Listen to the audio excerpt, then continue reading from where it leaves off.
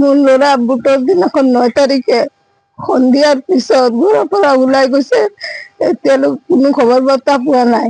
পিছত মই 16 তাৰিখে লংকা থানাত গৈ পেলাই ইজাহাৰ দিছো, এতিয়ালৈকে কোনো খবৰ পোৱা নাই। আৰু আপোনালোকে দয়া কৰি হাত জোৰ কৰিছো, খবৰটো পাই পেলাই মোক জনাই দিব আপোনালোকে।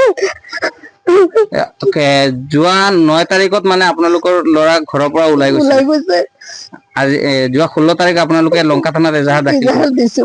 এতিয়ালৈকে কোনো সম্ভৱ পোৱা নাই, আমি খবৰ বাৰ্তা পোৱা নাই। বৰ্তমান কি ক'ব? বৰ্তমানে আপোনালোকৰ তাত মই হেৰি কৰিছো, মোৰ ল'ৰাটো কোনো খবৰ বাৰ্তা পাই আমাক জনাব আপোনালোকে দয়া কৰি, হাত জোৰ কৰি পেলাই কৈছো। মোৰ ভাইটিটোৱে বুধৰ দিনাখন বুট দি আহি ক'ত গৈছে সন্ধিয়া সময়ত খুঁজি পোৱা নাই আমি। কি নাম আপোনাৰ ভাইটিৰ? সাদিকুল আলম। বয়স কিমান? বয়স 25 বছৰ মান হ'ব। বিয়া পাতিছিলে? বিয়া পাতিছে। এজাহাৰ দাখিল কৰিছিলে? এজাহাৰ দাখিল কৰিছো 16 তাৰিখে লংকা থানাত।